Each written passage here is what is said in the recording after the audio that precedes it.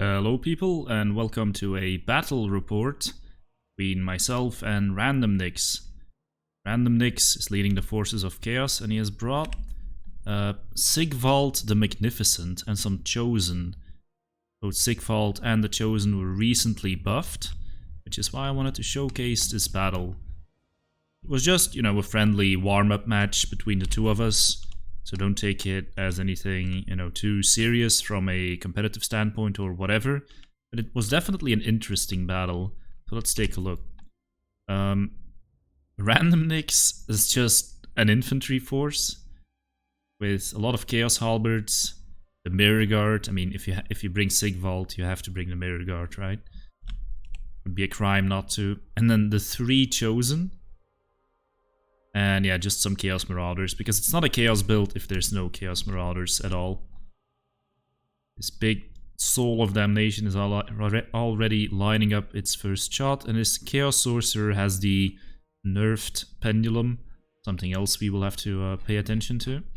Now, I'm bringing the High Elves, my favorite faction of course, as everyone knows, Kappa, and I have some white lines of Trace hidden, or Crace. People always say Trace, and I think that's correct, but does it really make sense when it's written with CH? Anyway, so some War Lines in the forests here. Of course, not the same as White Lines. Don't have any White Lines actually. I brought some Silverin Guard because, well, I don't expect them to do too much damage to the Chaos Forces. But Chaos, they often have some kind of monsters or monsters infantry or whatever. And they have very high charge. Like, even these basic Marauders have 18 charge. The Chosen have 32 charge. So I figure if you take armor-piercing infantry and you're just trading charges with them, it's probably not really going to work out. So I wanted to use the Silverin Guard to absorb their charge with the charge defense against all. And there's the Sisters of Avalorn, Talons of Tor Khalida, and then 1 Lothern Sea Guard, sort of the focus fire group. Militarian Reavers to get rid of any dogs sneaking around the back, which there aren't, but of course I didn't know that. And yeah, some extra Spearmen, because it's not a High Elf build unless there's a couple Spearmen. And as for the leadership, we have an Archmage of High with Apotheosis. Yes, I brought it again. And Soul Quench, which you're about to see being cast here in a second, right here. And she's on a mighty Moon Dragon. And here it comes, the Soul Quench. Random Nix, crafty player that he is, drops his Soul of Damnation so that the Soul Quench targets the Unbreakable Crew rather than the Hell Cannon itself. So I figure, well, he's probably going to keep doing this. I'd better run forward and engage him with my archers. If you take Silverin Guard, it's really important that you manage to stand still to receive the enemy charge. If you're just wasting the charge defense against all, which you paid for, then the unit loses so much of its value. So here, Random Nix drops the Soul of Damnation again. But this time, Slaanesh's pulsating pleasure cannon gets destroyed by the dragon breath. Yeah. And that's a lot of gold suddenly gone for Random Nix. So I do move my army forward a little bit to get my archers in range. And start putting some fire into those Chaos Marauders. And when I look at it, I probably could have gone for a sneaky charge here with the dragon onto these Chosen, or maybe the Marauders in the front, just try to get rid of them. And there comes the Pendulum. I think that was an overcast, I can't be sure, but just looking at the damage, yeah, I think that was an overcast. And I did try to micro against it, but it just doesn't really help. I think they were animation locked while trying to shoot. So yeah, that's going to waste some of their damage. The Illyrian Reavers come in, they try to get rid of some units, sort of slow them down while they're getting shot. You can see the archers doing great damage to the Chosen, but they have a Scroll of Shielding on them now, so good reaction there from Random Nix. And he's lifting the charge defense on the Silverin Guard. with Sigvald and then sending in his Mirror Guard, so that's pretty smart as well.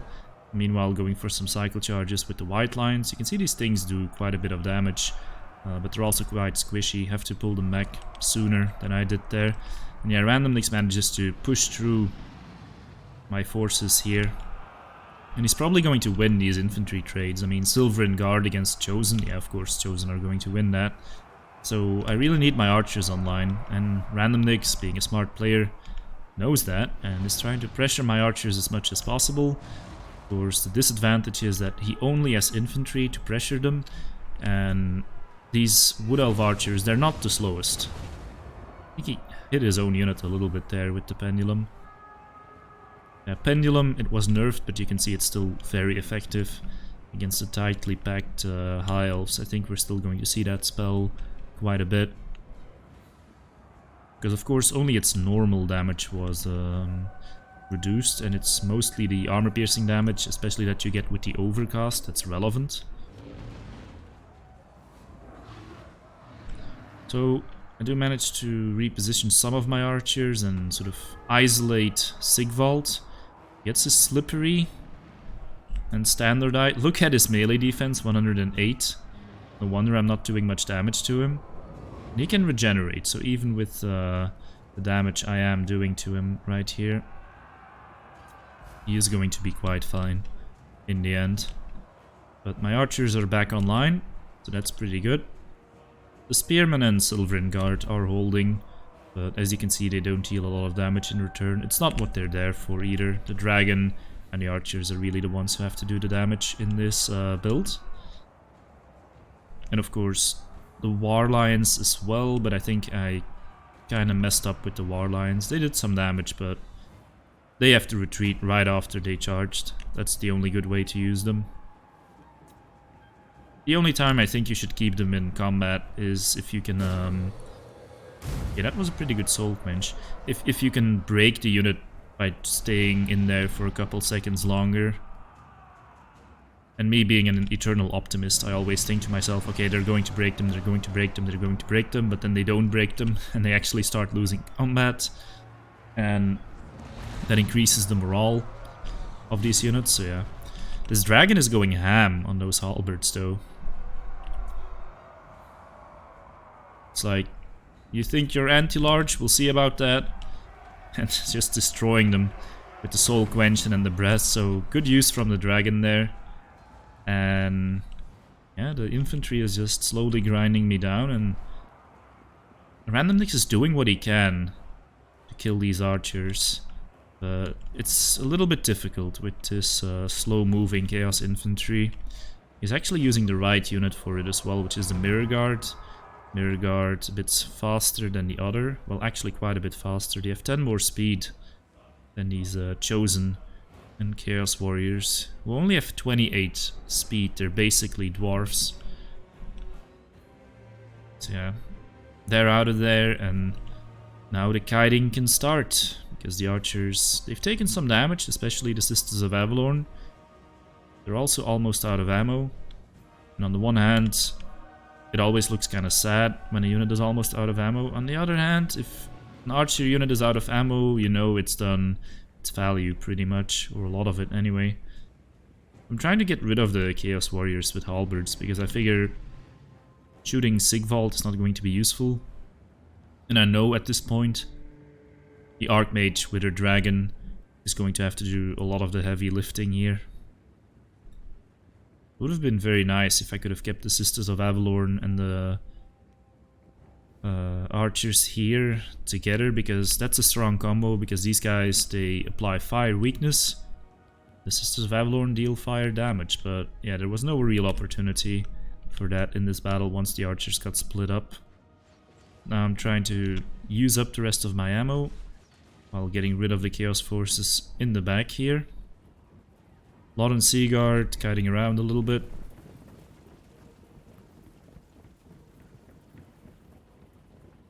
They will of course be decently useful in melee in the end, but their melee stats are really for fighting off light cavalry, not so much Chosen Chaos Warriors. That's a bit above their pay grade. Let's speed it up a little bit, because this is sort of a slower part of the battle. See the dragon coming in here. I think there's still a breath somewhere. I believe I used 2 up to this point. I'm sort of trying to line it up. It randomly keeps everything moving. And that's pretty smart, because he's actually dodging quite a few arrows even with these slow units, just by keeping his stuff moving. Here comes another pendulum. I gave a move order again, but I guess I was a little bit too slow there. Yeah, most of the time units react too slowly anyway. That's actually a pretty big deal. I mean, it's at the part of the battle, or at the point of the battle where every bit of hit points matters. Because if you just look at this, it looks like I have the advantage. If you consider that he still has magic, and Sigvald can still regenerate for, let's see, about 2k health, then it's actually kind of close. I'm just spending the rest of my ammo. Going in for a charge here.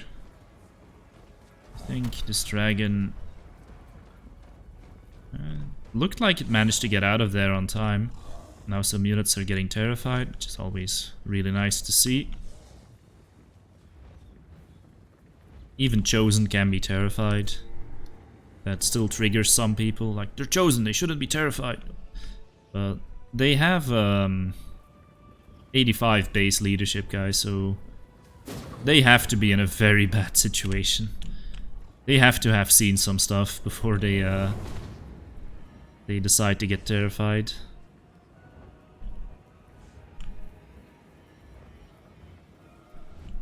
But I don't think they should have immunity to psychology. I think their base leadership being so high is pretty much how it should be.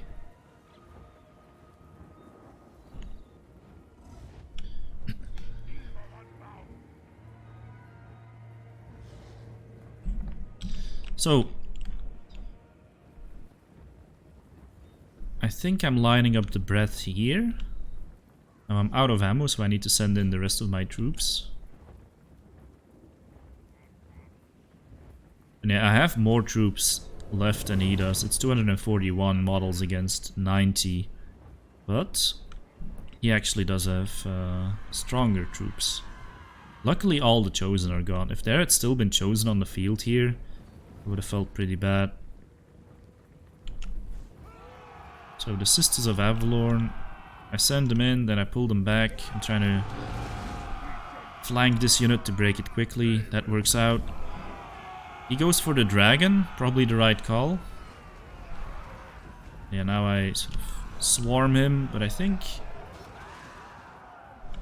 Where is that pendulum caster? Oh, he's still in the middle of the blob. Okay. I'm trying to get rid of him because I don't want to get hit by another pendulum. There he goes, he routes. Chaos Dwarfs are fighting to the death, as they do. As they should. Bloody Chaos Stunties. Yeah, this Chaos Sorcerer is gone. And so Sigvald the buffed is kind of the only thing left. He has 63 kills so far.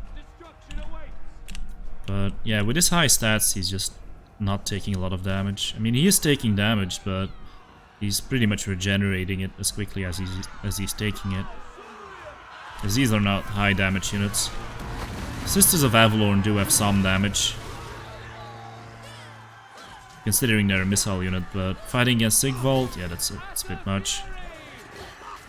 But they do have him surrounded, which is always nice. And there's a couple lions in here, as you can see, getting that damage in. And oh, what's that? Yeah, so this guy, and this was actually pretty tilting. This Chaos Sorcerer rallied while he was being chased by the Talons of Tor-Kalita.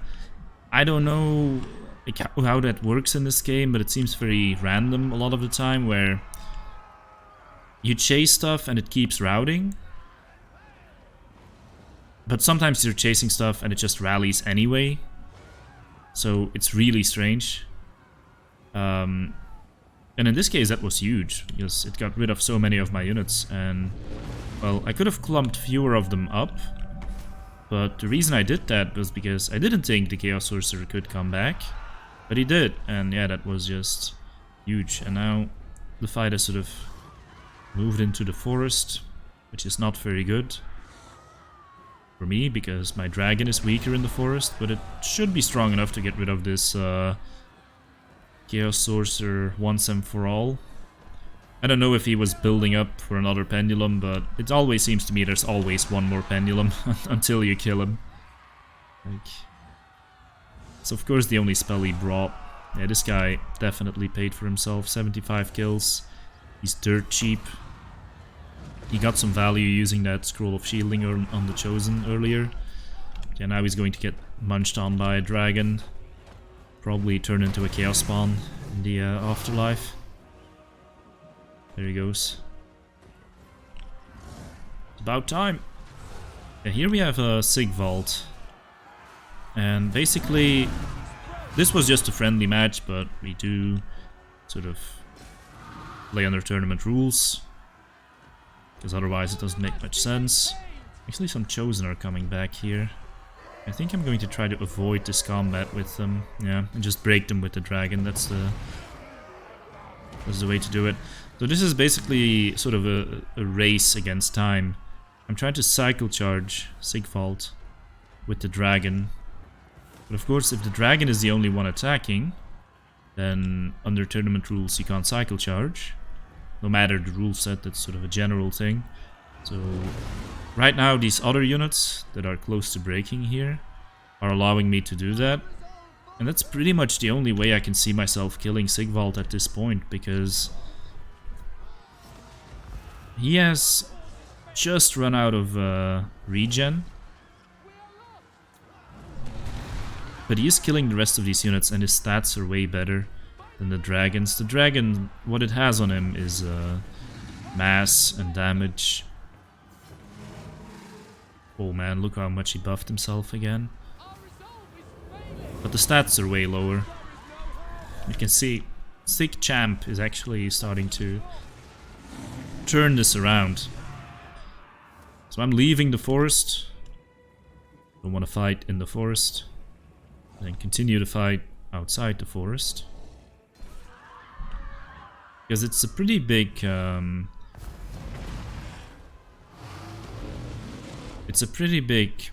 modifier to your dragon stats if he's fighting in the forest, unless it's a Wood Elf dragon. But with this last charge, dragon does get a couple good attacks in. You can see Balance of Power is in my favor. Apotheosis is coming in. You know, Apotheosis, that terrible spell that totally isn't winning me the battle right here. Right? No, seriously though, Apotheosis, if you have a lot of Winds of Magic, and if you have something expensive to put it on, like this dragon, it can be worth it. Sure. I'm getting the full healing every time as well, because it's on a single entity. So, right here, it looked like the dragon was sort of turning around. Oh yeah, it is turning around, because I do have this unit coming back. I was thinking to myself, did I break the rules? But I didn't break the rules. Just had this unit coming back, so I thought about disengaging, but then I thought, it seems that if I try to turn around, I'm taking a lot of damage, so let's just keep fighting instead. Because Sigvald, maybe it's because of his attack range or whatever, but he doesn't seem to get stopped. And here, army losses seems to be kicking in. And that's it. Sigvald down. But he got 155 kills. And his damage value was 4,259. So, despite the Soul of Damnation dying so quickly,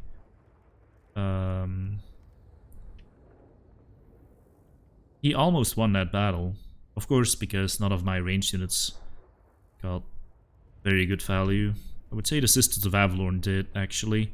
But I needed them to do more. Actually, they all did quite a bit of value.